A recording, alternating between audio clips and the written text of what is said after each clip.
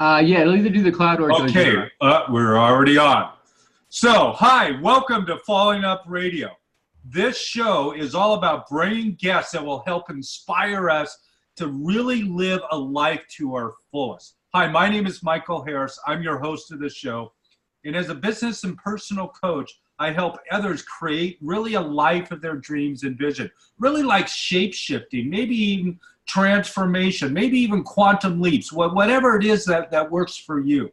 So I'm also the author of the #1 best-selling book, Falling Down, Getting Up, and I'm a co-author of Expert Success Solutions. Both these books went to #1. And if you want to actually get a copy of Falling Down, Getting Up, you can get a free copy at that same name, fallingdowngettingup.com. But enough about me. This show is really about you and our guest. Now, I met our guest at a business event this past year, and we were on a call the other day, and there was a couple of things that came up, and I didn't know about it, and I immediately wanted to bring him onto this show because of his experience and what happened. So let me just tell you a little bit about this dude. This dude is really cool. And for you ladies out there, he's a single guy too, so make notes if you want. So James is the founder of something called CGM Battery Hack. And you're going to find out more about this. At a certain point in his life, he realized that he was a type 1 diabetic, and I had to really scramble. I don't want to get too far ahead because I want James to tell the story. But this guy's really incredible. When I look at his bio, I mean, even as a kid, he was an Eagle Scout. He has a bachelor's in IT. He has an MBA, Master's of Science and Management Information Systems. This guy's a great thinker. And at the same time, he likes to call himself kind of irrational, enthusiastic with a lot of energy, and I think we're going to find out why here pretty soon. So again, he was diagnosed in 2014 with type 1 diabetes, and it really threw him for a loop. But again, I don't want to say any more. I want to bring James in and start having a conversation, and find out ways that we can get inspired by what James has to say about his story. So welcome, James, to the show. Thank you, Michael. It's great to be here. Yeah, it's great to be here. Are you all ready for Thanksgiving, since Thanksgiving is tomorrow? I am. Yeah. Did a little bit of shopping last night. Yeah. I had to run to the store real quick this morning, and I was really happy there was nobody in line. I could just get right through really quick. That was good timing. Yeah, it was great timing. But enough about Thanksgiving. I want to talk about you again. You really inspired me the other day on our call that we had about your experience. And I really like to why don't we just jump right in and tell us about what happened in June of 2014, or maybe what led up to that time, about finding out about your new diagnosis. Sure. So it was actually too, it was a misdiagnosis at type 2 for about a week. And then I got the type 1. So I had went to my psychiatrist for an ADHD, appointment. Yep. And, she's like, what else is new? And this was new psychiatrist I've been going to. I'm only going for a few months. So it took a year to find the right medication and the right dosage before everything worked out great. And at some point in there, she was like, well, how's everything else? And I'm like, I'm really thirsty. And she's like, what do you mean thirsty? And I'm like, well, I wake up in the middle of the night and I drink 1.5 20-ounce bottles of Gatorade. And she was like, that's a lot. She's like, you have to go to the bathroom all the time. And I'm like, well, no, I feel like I got a big bladder, so I don't, but probably more than usual. She's like, that's diabetes. And of course, think of diabetes, a lot of people think type 2. I'm like, that's not me. And, she's like, who's your primary care? I was kind of in between at the time. So she sent me to a doctor. I did some blood tests. Then I went back and she gave me a bunch of meds. And she's like, yeah, I think you're probably diabetic. And I'm like, it wasn't making sense, right? So I take the meds and I'm gonna beat this. And then I got a phone call a week later after I went back for my third blood work, and that was the one that really kind of put in perspective that visit the next day, right? So I remember seeing the phone call, sitting at my desk at Citrix, and it's like 4:30, and I'm like, oh man, I don't want to answer this, right? I was busy with something. And I'm like, so I get the voicemail at like 5:30, and the voicemail was, Mr. Planet, you need to get in here immediately. I want to see you first thing tomorrow morning. Don't go into work. Don't worry about an appointment. We'll get you in. Show up here at 9 a.m. And I heard it, and I wasn't so worried. I was just like, oh man. I'm like, what could this be? Because it wasn't go to the hospital, right? Uh-huh. And and I think I had a lot of fortitude from sports as a kid and martial arts, and like I got picked on a lot. So I always had a lot of drive, like I'm gonna get through it. And I showed up the next day, and then she showed me my numbers, and she was worried about diabetic ketoacidosis, right? Mm-hmm. So I looked him up, and I think on the call the other day I said it was like 1122, right? And it wasn't. I told Vince Roundtree this. It was 1040, and he said he'd never seen triglycerides in the 4 digits. I've never heard of that either. Well, and that's why she was worried about the diabetic DKA, they call it, right? And that's actually what puts a lot of people in the hospital. And it's funny with type 1, everybody's always worried about low blood sugar, but it's the high blood sugar that actually does all of the damage most of the time. Now, Tim, were you using a lot of sugar? Did you drink a lot of Coke? Did you eat cookies all day long? No, it's the carbs. Just the carbs. Just like I had it's like you can have rice, right? Like it doesn't matter. And there's different types of rice. Basmati rice has less carbs and a lower glycemic index, right? So there's glycemic index and glycemic load. The math isn't always linear, but it's pretty close most of the time. But my A1C was so I put like excitingly terrible numbers. So the triglycerides was 1040. My A1C was 12.8. My 3-month sugar was 314, which correlates with the A1C. And then my 3-week sugar was 700 and something, right? Dude, and you were still walking? You weren't like in a coma yet or what? I mean, that's hard to believe. That's exactly what she was worried about. So with type 1, what happens is because you stop producing the hormone insulin, or you produce very, very little of it, your body can't get the sugar out of your blood and into your cells, right? So you don't really have a lot of energy. And I remember walking to work one day, and my quads were just like exhausted. And I'm like, why am I so tired? And, like I was more tired that day walking to work than after running a half marathon, right? Wow. And, and in under 2 hours, I actually I felt like I did okay. And I couldn't figure out what was wrong. So with type 1, because of that, your body kind of starts cannibalizing itself. It eats your muscle and your fat, which is where people lose a lot of weight. Mm-hmm. And the reason you're thirsty is because your body has to get the sugar out, right? So you pee it out because the insulin's not pulling it out of your blood. Sure. So now, did you know much about diabetes before this happened? Nothing. Like that's what happened to other people. Yeah. I was like almost invincible. I hardly ever got sick. So like perfectly healthy, nothing ever wrong with you. Dude, I get the flu like maybe once every 5 or 6 years. I get a cold maybe every couple of years. Do you take the flu shot? Yeah, I do now. I can't tell you, it's probably been 40 years since I got a flu shot. And the reason I stopped taking it is because I saw my grandmother get one every single year, and she had the flu every year. And I thought, I'm not going to get one of those if I'm going to get the flu. Yeah, well, I mean, they show the research, it just depends on the strain. Sure. But they tell me I should because, so type 1's an autoimmune problem, right? So my body's killing my pancreas beta cells. Yeah. Well, explain to the listeners the difference really between type 1 and type 2, because they're so different. Yeah. And so just to wrap that up, so I bounced off my high school weight. So I went from 166 to 135, and I leveled off at 138. Yeah, at like 40 years old, right? I leveled off at 138, eating 2 full dinners a night at that time. That was how I stayed at 138, right? And again, with consuming a ton of liquids. So then I go in the doctor's office, and she's like, she's sitting there talking. She's like, you might have to take shots. And it felt like she's getting excited because she's figuring it out, right?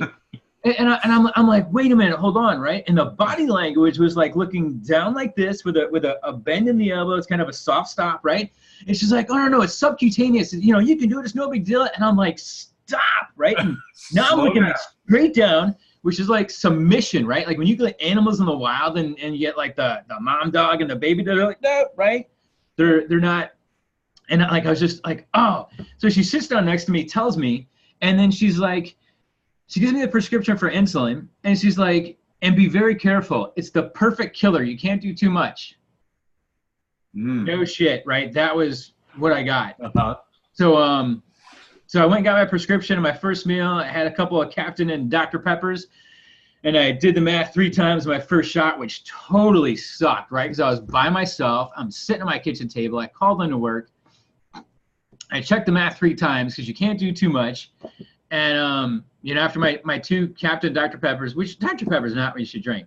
You're a type 1 diabetic. Right. But, you know, I woke up 3 hours later and I checked my sugar a little bit after that, and it was 125. And it was the first time it was normal since I've been testing it in 3 weeks. So what was it like to like give yourself a shot? You know, the first so the endocrinologist down here, it takes like 3 months to get an appointment. And so to me, there was like no choice, right? And when I told my first endocrinologist, he's like, have you been doing shots? I'm like, yeah. And he's like, well, who showed you how to do your first one? And I was like, I did. And he's like, you did your first shot? And I was like, well, how was it supposed to go? So like, nobody showed you how to do it till you saw this guy.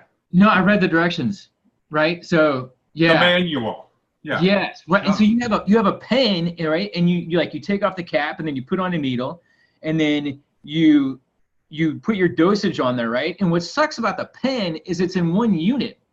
So at the time, my carb ratio was 15 carbs equals 1 unit of insulin, right? So what I love about the pump, right? So I got a pump right here, and if I have, you know, it's wireless. It just kind of sticks on with that adhesive, and then you kind of move it around, right? So in a few days it goes here, and then you move it back and forth or to the legs. For the pump, I can do insulin for like 3 grams of carbs if I have a special dark Hershey's Kiss, right? Because I'm not gonna live my life and not do what I want, right? I'm just gonna figure it out. Yep. But with a pen, you should eat 3 Hershey's Kisses because you want to get close to that ratio, right? Yeah. So the pen's a little bit more limited, but you know, I went ahead and I plucked myself and I clicked it and I did it, and my sugar was really high. So it was a lot of insulin, which is why I checked the thing 3 times. And I remember, man, I sat there and I picked it up and I looked at it and I put it down. I was like, God, I'm screwed, right? And I took another drink and I did the same thing again, and I'm like, what happened? And how did it come to this as I'm giving myself my first shot, right? Wow. Wait, tell the listeners what year that was again. So that was June of 2014. So it was only 4 years ago. That's it. Wow. Yeah. Okay, keep going. So type 1 is not genetic, and it's not juvenile, period, right? And I got more examples of other people, right? So I sat there looking at the shot, and I'm like, man, just man up and do this. And I'm like, and I hate needles, right? And I hated needles because when I was like 8, my mom was in nursing school. I don't have a lot of good mom stories, right? There was plenty of like physical and verbal abuse growing up for me for like 5 years. And she comes up to me with an orange when I'm like 8, and she's like, hey, I'm practicing with the orange, but it's not working very well. And she grabs my arm and she's like, can I try on you? And I'm like, no. And she's like, oh, but please, dude, I'm in tears at 8. Like, no, and I didn't realize it for years. I had people talk about shots, and I would unconsciously, like, I would close my elbows because my brain is protecting my veins. Yeah. Right? Well, now I give blood every 3 months to go get my sugar tested, right? So now it's no big deal. But I was not looking forward to the shot, dude, right? And it was a tiny little needle. And she tried to show me, but it's in like a block of glass. So I stuck it in. I did the pen. I took it out. I'm like, well, that was nothing. Like, what the hell was all the worry about, right? So I finished my Captain and Dr. Pepper, which, by the way, Dr. Pepper goes great with Captain Morgan. Yeah. And And I went ahead and I took a nap for like 3 hours, and then I got up and I felt pretty good.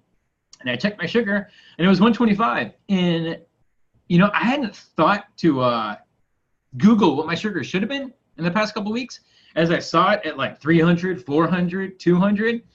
And yeah, and I think part of that was my ADHD was in like orbit with high sugar.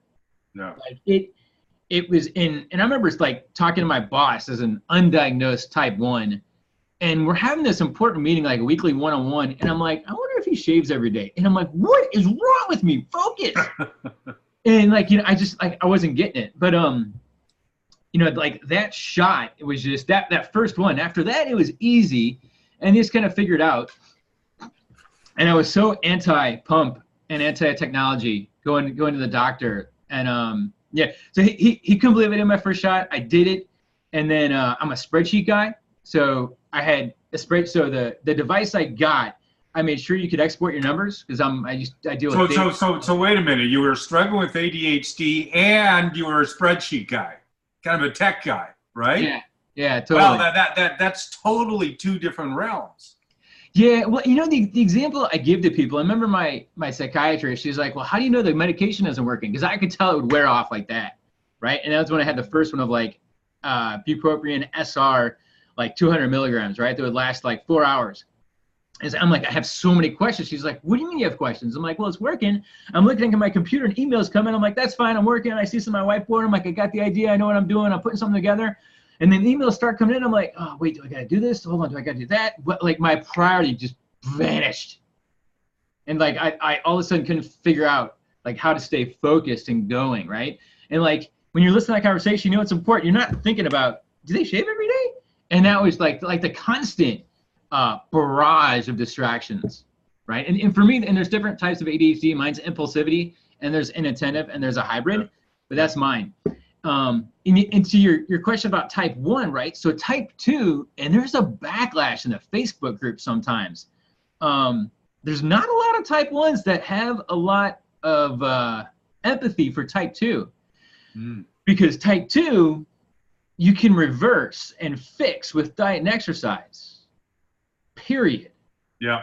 Right? Yep. I can't fix this. I got it. The rest, and you know, and I feel like I adapted kind of quick, and my mentality was kind of like adapt or die. Yeah. And I remember, like even one of my bosses telling me, she's like, you know, you're doing really good at picking up some of the stuff. She's like, it's not the bigger, faster, stronger that survive. It's those that adapt. Yeah. You know, and I remember reading that, and I'm like, oh, like, and it made me feel good. But this was that time where the rubber hits the road, right? And nobody wants to adapt to this. Right. Like, it's just, this is not something you pick out. And most people don't know about it. You just wake up and you're like, why am I so thirsty? Like this, I could guzzle this if I woke up in the middle of the night and I was that thirsty. Wow. Like yeah. 10, 15 seconds, gone, and still be thirsty. And you would do that every night? Yes. Yeah. Yeah. I made the bad decision of getting milk at one point. Almond milk, and that's because it made me feel more full. Less than 2 weeks later, I passed a kidney stone. Wow. The most painful thing ever. I got a high pain tolerance. You've only done that once. Once, yeah. Once is enough. Yeah. Oh, that was, and I didn't go to the hospital, right? Like I kind of heard what it was, and then I passed it, and I was like, I remember. I'm like, breathe, breathe, breathe when it was happening. But, you know, like we just have to take insulin if you have carbs. That's pretty much the rule. And then, you know, stress changes your ratio, right? So every Thursday, my sugar was always high, every Thursday morning. No matter how much insulin I took after breakfast, no matter what I ate, my sugar was always high, every Thursday morning. Took me like a good month, maybe 5 or 6 weeks, because I only had one shot to figure out Thursday morning, try and fix it. And then finally, I figured out one Thursday morning when my boss canceled my one-on-one and moved it to the next week, right? Like right before breakfast, I get the email that morning, hey, let's do this like next week. We're good for this week. We just talked last night. I'm like, great. And then my sugar wasn't high. And I'm like, am I stressed? I don't feel like I'm stressed. But I made sure one-on-one, so you're like, I gotta be on it and ready. And stress raises your sugar. Yeah. Like if I'm on the treadmill and it's at 120, which is a really good one, and I could be running like hills, I mean like just pushing your body, doing a good run, and it's fine. 10, 15 minutes, like it'll stay at 120, right? It won't really go up, but I'm burning carbs like crazy, sitting there exercising. 10 minutes or so, maybe 15 minutes out of the gym, you see it just like going down quick. So what? Where do you live now as far as your blood sugars? I mean, you 120? Are you kind of at 90 to 120, or where are you? I'm below. So my last A1C was, I think it was like 7. I've had it at 6.4, 6.8. I had 7.4 before, where like you kind of like fell off track. Yeah. And then like I kind of try and tell other people like a great thing to have is this new, it's not new actually, open source app. I love this thing. This is Xtrip, right?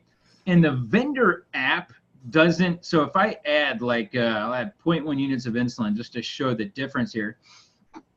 It now has a line, like that purple line wasn't there a minute ago, right? And so from breakfast, it just shows it's going up a little bit at like 134. No. Let me go back. What's this app? Because I know I don't know a lot about it. You're going to talk about something that you put together. Yeah. Is this part of what you put together? No, so this is an open source app, but it's not the vendor app, right? The vendor is Dexcom. This is open source and it's Xtrip, but this helps type 1s the way I see it, 2 huge ways. One, it's got predictive simulation. So if you add insulin and carbs, that purple line shows where it's going. The red line sticking out is the momentum, right? So it expects it to go where the purple line is going, but the red line is what it's doing. The other super awesome thing about this app is it shows my sugars at 134. Well, 134 doesn't really tell me anything, right? Because when you get judged by your A1C, it should be below 7. Well, 134 is going to be, I think, like right around 7, a little bit lower, right? But it actually, and you can't see it here, but it'll show your A1C. It says 6.5%, and that's the 24-hour A1C. So when I say, yeah, now I got a target. Right? And if it's high and it doesn't go down, I see it's still high, you constantly see that and you're like, hey, I got to be lower. So it helps you stay healthy just based on that 24-hour one. Yeah. So now tomorrow's Thursday, but you're not going to be stressed out by your boss, and it is Thanksgiving. But so do you eat like so many Americans do, just as much as you can and then veg out on the couch, or how do you do Thanksgiving? So, with special occasions, and I've been doing this for a while. So I remember doing like, I did P90X when I was, I guess like, it's probably like 2011, 2012 maybe. And portion control, they stress in that, which was awesome. Yeah. I mean, I went to have like a glass of chocolate milk before I went to bed, right? And the milk was good because it would coat your stomach. And then I went to have one. I'm like, oh, I got to measure this. And I'm like, so I get out the measuring cup.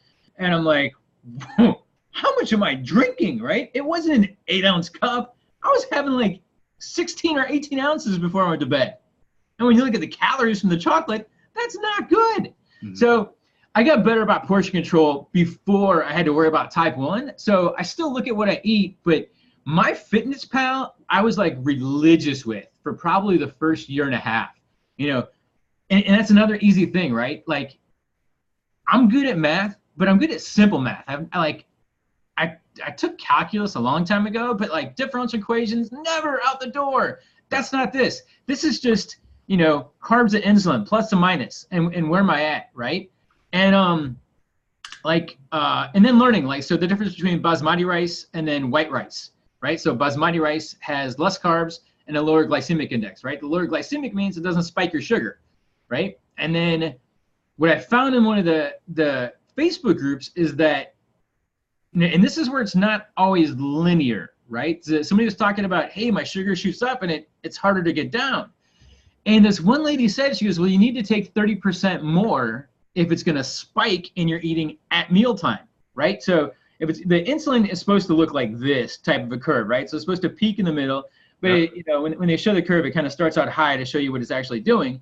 So if it's going to peak in the middle, but you're eating here instead of here, right? That insulin's not going to meet it when it spikes. It's already spiking and it's trying to bring it down. But if it's high, you need a little bit extra. So if you just do your bolus, which is what they call taking the insulin, like 15 minutes before the meal, maybe 30 minutes if it's a really high spike. Like if I'm eating cake at a birthday party, and even if I want a little bit, right, I'll do the insulin way early, right? Because I know I'm going to have the cake. But as my sugar might be coming down or right there, then you can have the high glycemic food, right, or the high sugar. And even just like high, like oatmeal, man, spikes it really fast, right? So you're going to eat turkey and mashed potatoes and all that tomorrow, I assume. Yeah. So what do you have to do for that? I'll eat more mashed potatoes than normal, right? And pumpkin pie. Right. Oh man, I like the pumpkin pie. So I saw the apple pie next to it, right? So apple pie had 32 grams of carbs for the slice, right? This was at Trader Joe's. And the pumpkin pie had 62 grams of carbs. I know. So here's the thing that a lot of people don't know. Insulin is not medicine. Yeah. So you're never really taking less. It's a hormone. Right? And when I tell people that, ironically, I don't know what happens in the brain when I say hormone, but the argument stops about how much you take and what it is, and like trying to judge it. It's like, oh, I guess you just got to take it now. Like all arguments from other people that are not type 1s just seem to like almost vanish. Like now they have the conversation changes. So I'll eat more carbs than I usually do because I'm going to be participating in Thanksgiving. Now the pumpkin pie, right? So I still try and choose these carefully. The pumpkin pie, instead of that slice at 62 grams of carbs, I will half that and have 32 grams of carbs, right? Yeah. And the thing is, man, take small bites and savor that, right? Like they've told you in diets, right? Like don't have handfuls, have, you know, like chocolate chips. I love chocolate chips, and I actually have them in my cabinet, right? And I'll go in there, man, I'll have a couple at a time. And I got it in a little Tupperware dish. I measured out. So for the mini chocolate chips, right, there's it's 14 grams of carbs. You put it on the food scale in a little Tupperware dish, because the Tupperware dish helps you with portion control, right? Because otherwise, like, what's just a few more? They're so good. Right? If one's good, two's better. Yeah. Right. Right. And it's 9 grams of carbs, right? So, you know, if I'm eating them right then, I do insulin for 12 grams of carbs because it's going to spike a little bit, and you need that little bit more. That helps keep it low, right? And the good A1C is what prevents problems later on, because the high sugar is what does the damage, and that's the problem, right? So if it's heading down, an alarm goes off. And the other thing I love about this app, right, the forecast, you can set the time frame. So 25 minutes, if I'm heading to a low, it tells me 25 minutes early, which is awesome, because then I just take a sugar pill, right? And these things, I love these because it's 4 grams of carbs for this tiny little pill, but it's predictable and consistent. In 10 minutes, it's going to hit my system. I know how much I'm going to do, as opposed to like a handful of chocolate chips, high glycemic, low glycemic. You don't know. But when it goes low, everybody's worried about that going to the hospital. Hypoglycemia. Yeah. So you use the app. You got the sugar pills. But I also want to ask you and talk to you about what you showed online the other day, and this great little, I don't know what to call it, a monitor, a battery, but explain how that has really helped and changed your life and others too. Sure. So I had wanted to get so this actually started with like the ClickFunnels conference last year, and I had to want to get it out on my own and do something, and I thought maybe I was going to try speed reading, and then I realized, I'm like, wow, I bet you I can do something with type 1 diabetes. I'm passionate about this because my analytics, I know a lot about it, and then I was kind of like, what could I do? And then I had already seen people were doing the battery placements out there, and I was like, oh man, I can do that, right? And what I had shown everybody was, I'm like, hey, you know, like, here's my insulin pump. And it's funny because for the first 3 years, I wasn't going around showing off my insulin pump like, hey, check this out, right? My superpower. No, that was not happening. It was like always covered up on my arm. So if I'm walking around, like not showing it, right? Now you didn't want anybody to see it. No, I didn't want to be like, hey, are you okay? Or fragile, right? And then the other thing, like, should you be eating that? And it's like, other people just don't know how it works. And my personality, very direct, right? Kind of extreme. I'm like, don't tell me what I should be eating, right? Like I'm very like almost hostile about that right off the bat, because like just ask questions. I'll tell you whatever you want to know, right? But don't tell me what I should be doing, especially if you don't know. I get it. But the sensor, so I love Dexcom. I wish the frequency of what they charge and everything was different, but they have great technology. But the battery, the thing is what they got to change, right? So a transmitter actually tells me this number, and that's attached to a sensor. So right here, we can see, wrong sides. There. Right here, so this is an aftermarket bandage to keep it on a little bit longer. This gray piece is the actual transmitter that sends the data to the app, right? And then the little plastic you see around it, that is actually the sensor that you're supposed to change like every week. But if you want to keep it on a little bit longer, you can, just make sure that you keep it clean, of course. But the vendor software says, hey, you got to change it. And that's where this comes in, right? So this is the same thing you just see on me, except I just got 2 batteries on there showing what the batteries look like, right? Right. So you can actually sand it down, replace the batteries, you put a clear epoxy over it, right? And then and you replace it. So my website, so www.cgmbatteryhack.com actually is where we're selling these. And we even have some colors, right? So there's right now there's a purple glitter one, there's a black one. But this what's different with these batteries than other batteries that a diabetic can get to use? Well, so the vendor software, right? So the difference between this one and this one is this one with my insurance, I had to pay $300 every 3 months. Wow. And the vendors, yeah. So, $300 every 3 months. Okay. Yeah, and it's not that expensive for everybody, right? Different people have different insurance plans. Some people get it for like $100. Very few but fortunate get it for almost nothing. And then I was chatting with this lady the other day, and her friend had to buy one for $475. Wow. Right? And that's not even insulin. Insulin's expensive too, right? This is the tech that shows you where you're at, that helps you keep yourself healthy. Yep. This is the life-saving one, right? Because before 1920s, type 1 was a death sentence. Yeah. You had a few weeks or a few months to live. Like, if you Google it and look at some pictures, it is awful. Because I mentioned how like I bounced off my high school weight, 135. I met a friend who was in town, and she's like, man, I told her, I'm doing these green smoothies, right? And I was feeling better. Well, yeah, because I wasn't having as much carbs, right? So I was feeling better because like I was just eating more nutritious. Now there's still like some banana in there and a little bit of pineapple, but there's also like a lot of spinach and some almond milk and other stuff. Now almond milk has 1 gram of carb versus like regular milk. But she's like, I thought you were sick. Well, little did I know, I called her back a couple months later and be like, hey, by the way, it turns out I was sick. Like with type 1. Yeah. Yeah. But they even knew about this in ancient Greece. They would taste their urine because you got to pee out the sugar. Yep. Right? And people lived a few weeks to a few months, right? So they got insulin, bovine insulin in the 1920s, right? And then later on they came up with synthetic insulin, but this was like a huge lifesaver. And we still don't know why we get it. Yeah. Well, now your battery pack, I mean, really explain what makes that special and different. So there's 2 things, right? So one is, it's just an encapsulated piece of plastic from the vendor, right? And their software. And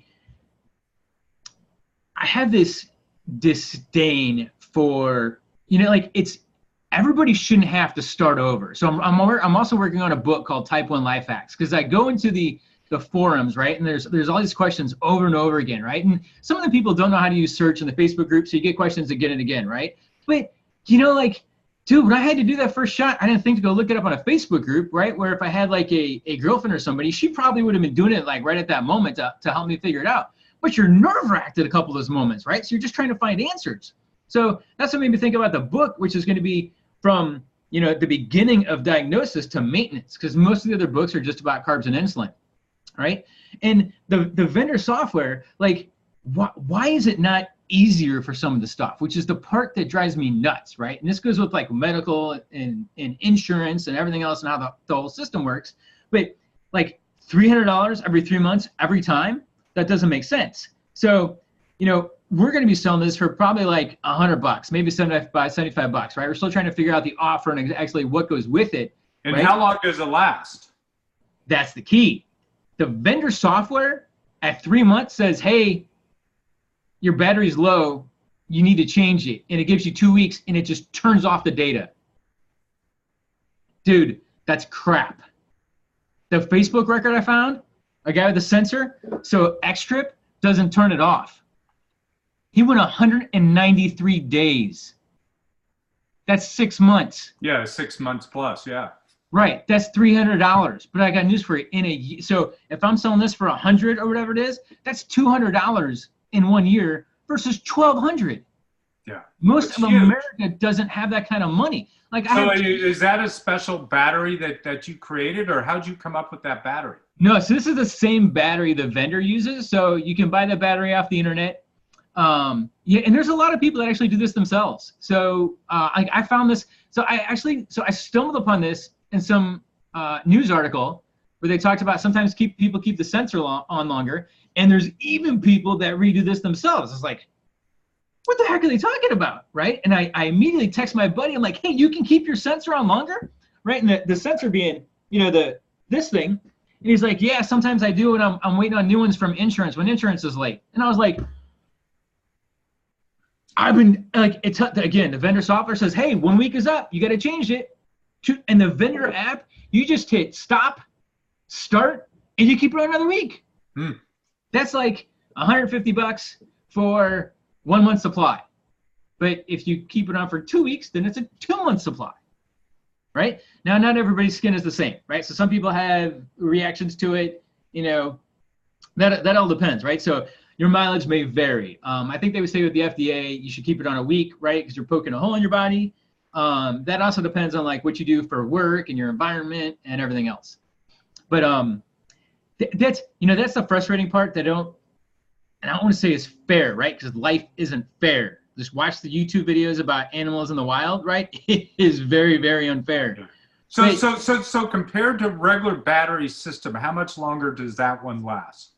So the app is what will help make it last longer, right? So when you get the first one from Dexcom and I use X-Trip, like I'm already way past the 3 month mark, right? So mine transmitter days is at 135, right? So I'm at 4.5 months. And then when we replace the batteries, it's going to be the same thing. It's going to last on average 4 to 6 months. So it depends, you know, because when you put the battery in and then it hits the other metal and makes the connection, so that's when it kind of like activates a little bit. Depending on what other environments are going on, like there was a thing where we saw with the iPhone, some people are having a problem with their batteries only lasting like 6 weeks with like a new iPhone. So, you know, again, nothing's perfect, but the software is the biggest thing. But then again, when you're doing the replacement, like how come they can't make it so you pop a cap off, right, and put it back on in a very secure way? Because it's not in their financial best interest, right? This is plastic with a motherboard, like software. It's manufactured, it's reproducible. This does not cost a lot of money, but they're making a ton. And if you got to go through insurance, like none of this is transparent, right? Which makes it so hard to do. So what you really did is you made a better mousetrap. Yeah, and it's transparent, right? Like, maybe you should be on the Shark Tank. Well, I'm updating my site again, and when I first put it up there, it was like, hey, here's what it is.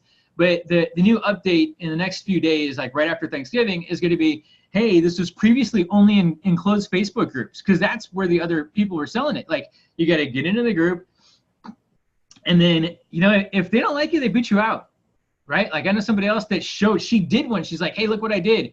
And they booted her out of like 10. But now it's going to be available to anybody. Yes, right. That's and great. First it's U.S. and then right after it gets going, then it's going to be international. I'm going to start with Canada and then look at Europe and Central and South America. And China mention the website again. www.cgmbatteryhack.com. Yeah. And wait. And tell me about your book again, too. We've only got a few minutes left, so I want to kind of start wrapping up. But your book, you said you've got a book coming out. Are you already writing it? Do you have a publisher? How are you doing it? So I don't have a publisher yet. I was working on it before I actually, when I realized that people are already doing this, I decided to make a move for this, and then I'm going to come right back to the book. The book I'm going to call Type 1 Life Hacks. So part of the CGM battery hack, right? I'm already established as part of a hacker, right? For the book Life Hacks, and Life Hacks is just going to be, it's really like a hacker is just how to get around the system, right? That's you take it apart and put it back together, and it's just simple stuff on what you can do to make life a whole lot easier. Like people get high sugar and they take insulin and they do all these things. Exercise. When I do laundry, up and down stairs, right? My sugar dives, right? So that, like, show them a few exercises. A lot of legs brings that sugar right down. And it's going to be a lot of things that are like that are really simple to help keep you healthy. Having that A1C right there on your phone, staring in your face, knowing you're high over it in 24 hours, and you shouldn't be, motivates you to get down now. Yeah. See, you need to get your book out. I loved what you said earlier, adapt or die. And it's just like you are a prime example of somebody that, you are now calling this your superpower, where at first I'm not sure that's what you were calling it. But it's just like, that seems to be like when life throws us for a curve, and we all get curves thrown at us or fastballs, and what do we do with it? Do we become a victim? Or do we allow it to be a superpower, as you call it? So I love it that you're looking at it like that. Yeah, and I'm like Boy Scouts. So my dad had a lot of influence because of sports, right? So I played a lot of sports, so I was really competitive, and I think that's where I got my love for my dad, right? So there's a lot of positive reinforcement, right? So I like learned how to excel at that over the years, and then Boy Scouts was a huge thing for me, and my dad really pushed me to get the Eagle Scout. So the Eagle Scout, the stat back then was 1 out of 100 Boy Scouts get the Eagle Scout. And the thing is, you have to have everything done before your 18th birthday because it's part of your character. You haven't figured out how to cheat the system yet, right? Yep. And I'll never forget Mr. Lorenz on like one of these camping trips was like, look, there's no oh shits and uh-ohs. And I'm like, well, what do you mean, right? And he's like, because it's too late. You should have asked. And the Boy Scout motto is be prepared, right? So granted, you're not going to be prepared for this when you get a diagnosis, but you sure can be prepared for all the stuff that's coming. You know you're going to eat more carbs. You know it's coming. You just got to face it, right? And facing it is not always like the most fun or most courageous thing to do. Yeah. Where were you? Was your app beeping? Yeah. So that was so. Oh, okay.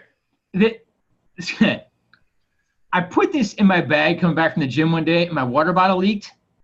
Ah. This thing helps keep me alive, right? Yeah. So, but switching my transition, don't have insurance, I pulled it out of my bag and I had water covering like this much of the screen. So I put a hair dryer on it, dried it out, and then every now and again it like beeps and gives me this weird error message. You hit the button and it disappears for 3 days. Yeah. Cool. Well, James, again, we're at the end of our time today. Can you mention your website again? Sure. So www.cgmbatteryhack.com. And if you want to follow more about me, you can go to www.jamesplanet.com, N-T. So Planennett. That's right. That was so much trouble growing up. Planet Uranus. Like, kids are ruthless, man. They all made fun of me. I got to Florida at 21. They're like, Captain Planet. They're like, that's awesome. So it took on a whole new thing. So you can find more like my Facebook profile, LinkedIn, all of that at jamesplanet.com, N-T. Cool. And when you get your book out, will you come back on the show? I'd love to have you back on and talk more about it. Absolutely. Michael, I'm not all the way through your book, but that's probably what I'm going to finish today. I think I'm at like page 121 out of 141. But I love your book. Like there are so many people, I think, that would save themselves issues in life and time and energy. I mean, it's one of those things learning from somebody else. If they take like 4 or 5 hours, whatever it takes for somebody to read your book, depending on how fast they read, they can save themselves some brutal lessons in life. So I'm loving your book. I couldn't put it down last night, but I had to go to bed. It was like 3 a.m. And then I'm going to pick it right back up today. Cool. Thank you. Yeah. Yeah, absolutely. So, well, I can't wait for your story, because I believe too that stories help each other, and it helps us heal. And, you know, traditionally, you know, even like Native Americans, they'd sit around the campfire and tell stories, and that oral tradition of telling stories helped the whole tribe. And that's what I love, you know, even about the tribe that we belong to, the ClickFunnels tribe, is we tell all these great stories, and everybody has all these different parts of their story, and we're all helping each other, and we're all helping to heal ourselves and to help heal others in the planet, which is really cool. And that's why I wanted you here today, because I felt like you were one of those people, one of those persons right now that was like doing something to heal themselves, grabbed the bull by the horns, called it a superpower rather than, you know, that victim thing again. So I love it that you've taken that tragedy, may be a strong word, but you know what I mean, and turned it around. That's transformed it. So, you know, big kudos to you. When I was writing ideas for the book, and I had different stuff, I was like, you know, there were a couple things I wrote down. One was, how do I make type 1 cool? Right? And this was when I was already like I'm like, how do I get people to flex and show, like, why, like, you know, I know a lot more about carbs and sugar than a lot of other people. The only people that beat me out in other type 1s are a handful of nutritionists. Most personal trainers don't, other people don't. So you really get to know these things. And it's like when I thought about your book, falling down, getting up, right? You only got to get up one extra time than when you fall to beat life. That's right. That's it. That's all you got to do. You just got to get up. You don't got to like it, right? You just got to get up and go, and then figure it out after you get up, and you're going to win. Yeah. That's a perfect place to close. Again, I want you to come back when you've written the book. I'm going to hold my book up for a moment, Falling Down, Getting Up. And then next time we're back, you're going to have your book up too, and we're both going to be showing our books. And so I'm really excited about that. Again, thank you, James, for being here and sharing your insights and your wisdom on life and your experience of what you had. One more time, what's your website again? www.cgmbatteryhack.com. Cool. And if you're listening, be sure to pass this podcast on to other people, whether you're listening to the audio or the video. Pass this on. It doesn't matter whether somebody has diabetes. Use James as an example of somebody, again, that's created superpowers in his life. So that's really great. Big kudos, James. Happy Thanksgiving. Have an incredible day. And looking forward to when your book comes out. Thank you, Michael. I have so much respect for you, and thank you very much for having me on. Thank you. Talk to you soon. All right.